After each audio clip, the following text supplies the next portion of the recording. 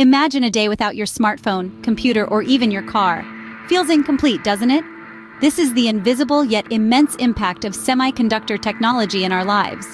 But have you ever wondered how these tiny yet powerful devices are made? Today we dive into the fascinating world of semiconductor fabrication processes. The journey of semiconductor fabrication begins with the creation of silicon wafers. Silicon, the second most abundant element on Earth, only behind oxygen, serves as the base material for most semiconductor devices. The process starts with the growth of a pure silicon crystal. This crystal is grown from a silicon seed placed into a molten bath of pure silicon at a temperature above 2,400 degrees Celsius.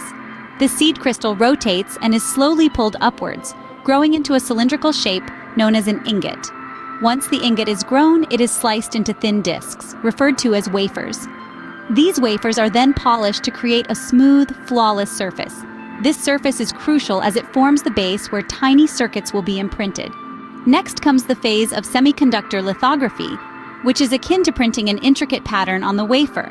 In this technique, light or electrons are used to transfer a geometric pattern from a photomask to a light-sensitive chemical photoresist on the wafer. This stage is critical as it defines the intricate pathways that electrons will follow in the final semiconductor device. After lithography, the wafers undergo a process known as doping. Doping involves introducing small amounts of impurities into the silicon wafer to modify its electrical properties. This is achieved through various methods such as ion implantation, where ions are accelerated under an electric field and shot into the silicon wafer. The placement and type of these impurities determine the conductivity of the silicon, turning it into a conductor or an insulator as needed. The diffusion process follows doping. Here, the wafer is exposed to high temperatures, causing the dopants to move and spread into the silicon crystal, thereby altering the electrical characteristics of the wafer at a microscopic level. This precision control over electrical properties is what allows semiconductors to act as the backbone of electronic devices. In conclusion, semiconductor fabrication is a meticulous and fascinating process.